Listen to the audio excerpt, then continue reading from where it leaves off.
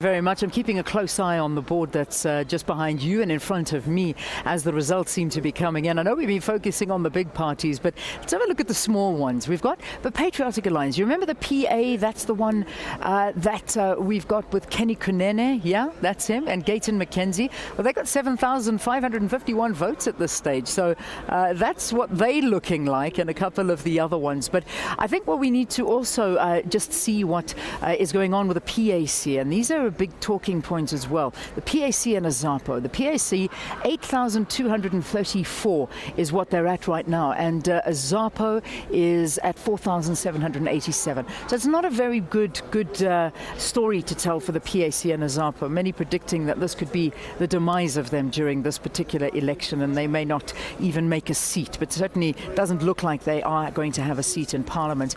The EFF at this point already have got 3 seats in Parliament. They're heading for their 4th seat because they're just under 200,000 votes, and that is a great showing for them for a first time. But it'll be interesting to see how the EFF feel about this, because they got very, very high expectations, and some telling me that they were expecting votes in the millions. Again, please remember, very, very early days, so there's a long way to go to the final tally and the final counting phases. Well, voting has been a very interesting process here in South Africa, and so many South Africans going out voting.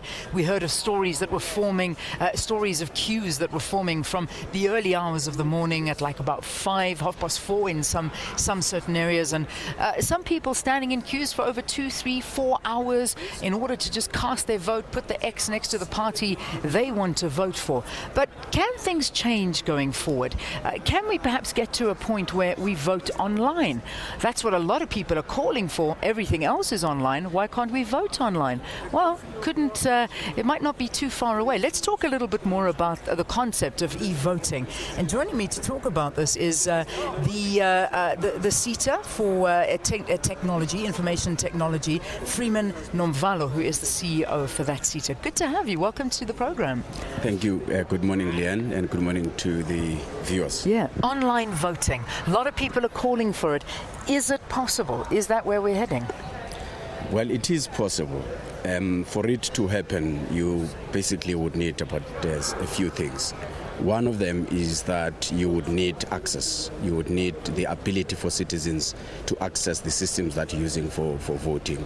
And the current policy and the green paper by the Department of Communications around the rolling out of the broadband would be very, very useful in ensuring that you create that access. Second thing would be the infrastructure that ensures that as you vote wherever you are, the information is transmitted through the networks into the main area where the counting takes place, and those systems would have to be robust and effective.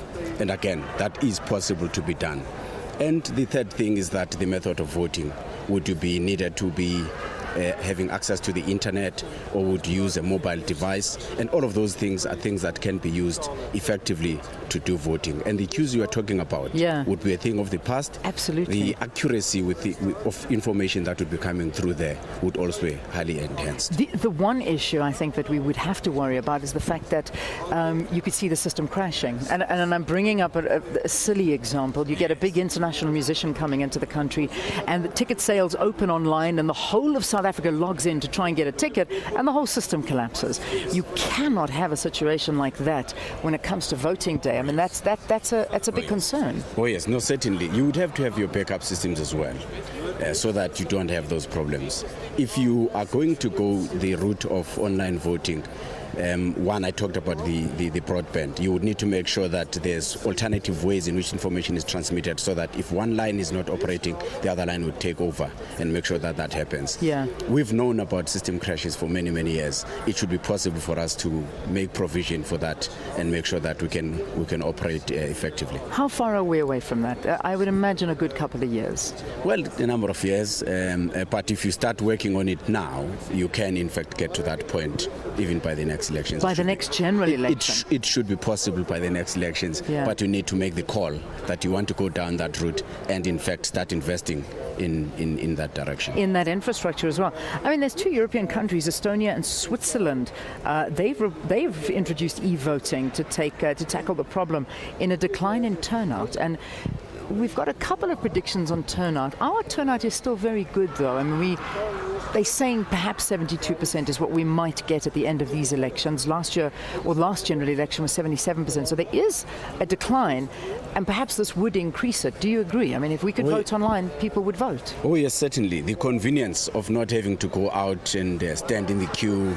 If you've got issues that you are dealing with that you want to attend to, wherever you are, you can still just use your mobile device and log on and vote. It should have a positive impact on the numbers of people that turn out for voting. Yeah, that's the whole thing. Yes. In terms of a voter turnout, however, it's got a lot not only to do with queues, but it also has to do obviously with voter apathy and other issues that need to be taken in. But it certainly would help. That goes without saying. Yes, to the extent that you've got people that are citing convenience, who don't want to go to be inconvenienced and stand in queues for long periods of time, and the ease with which you do your voting should have a positive impact. Have there been talks in South Africa to go that route, or are we just dreaming as we chat here this morning? Well, some progress comes from dreams. We haven't had that conversation just yet, but it's now that the subject has come up and we've thought about it as we're going through these elections, it's something that we're going to look into. Yeah, thank you for talking to us. And Thank hopefully you. The next time we talk to you, it'll be when that system has been implemented and we're just seeing how it all goes. So it'll be a very interesting time ahead of us. Thanks very much for chatting to to us. us. At least we've got lessons as well in other countries. Yeah, that's true. Which other countries? I mean, I mentioned Estonia and Switzerland. Are there many other countries? Those are the two that I know about at the moment. Okay, all right. Thank you for talking to us. Freeman Nomvalo, who is the CEO of the Information and Communication Technology SETA here in South Africa. Thanks, all right, Leanne. thank you.